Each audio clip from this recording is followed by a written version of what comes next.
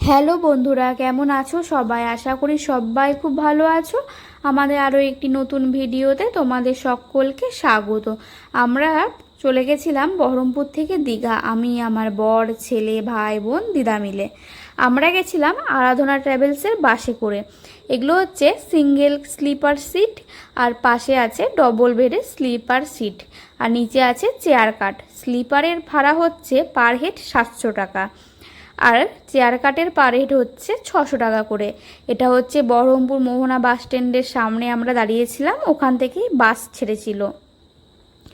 তবে আমাদের যাওয়ার অভিজ্ঞতা মোটামুটি ভালো থাকলেও আসার অভিজ্ঞতা একদমই ভালো ছিল না। আরাধনা ট্রাভেলসের বাসে করে আমরা যখন ফিরি তখন আমার বরের সঙ্গে ওদের কর্মচারীদের একটু কথা কাটাকাটি ঝামেলাও হয়ে যায়। কেন হয় সেটা দেখতে চাইলে বা জানতে চাইলে কমেন্ট করো, বলবো। দেখো, এখান থেকে বাস ছেড়ে দিয়েছে, এবার আমরা দীঘার দিকে রওনা দিয়েছি। বহরমপুর থেকে ছেড়ে কৃষ্ণনগরে একটা স্টপেজ দিয়েছিল 10 মিনিটের, যারা ডিনার করেনি, বাথরুম টয়লেট সব কিছুর জন্য 10 মিনিটের একটা ওরা থেমেছিল। আর এখানে আমার ছেলে বাসে চেপেই ঘুমিয়ে গেছিল, আমি আর আমার বর গল্প করতে করতে যাচ্ছিলাম। এইটা হচ্ছে কৃষ্ণনগরের সেই ধাবাটা যেখানে বাসটা 10 মিনিটের জন্য থেমেছিল।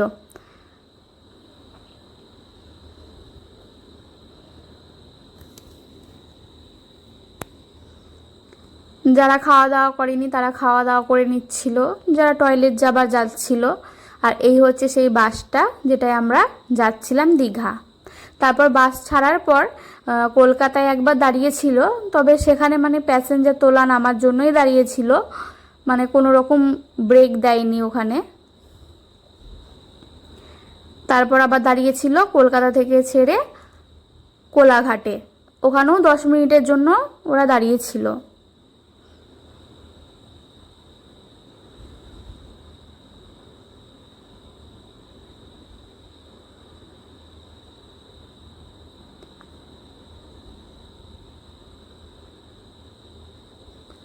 আমরা কলকাতা ঢুকে গিয়েছিলাম।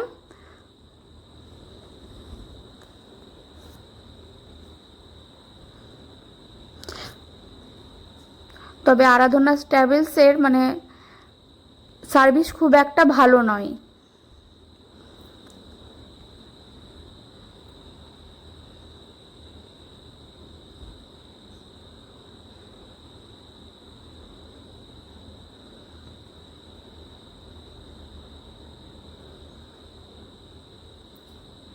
এদিকে ভোরের আলো ফুটছে আস্তে আস্তে, তখন আমরা যাচ্ছি।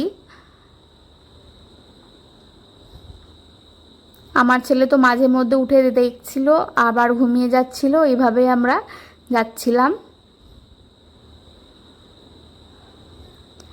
আর এদিকে একটা নদী, নদীর ওপর একটা ব্রিজ দিয়ে বাসটা যাচ্ছিল, নদীটার কি নাম জানি না, তবে খুব সুন্দর লাগছিল দেখতে।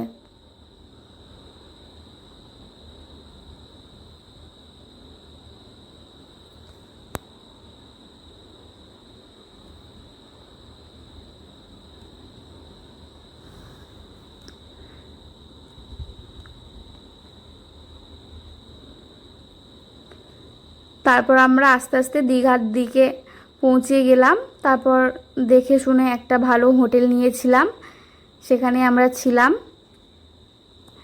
এরকম ভিডিও দেখার জন্য চ্যানেলটি সাবস্ক্রাইব করো, পাশে থাকা বেল আইকনটি প্রেস করো। আর ওই দেখো দূরে সমুদ্র দেখা যাচ্ছে।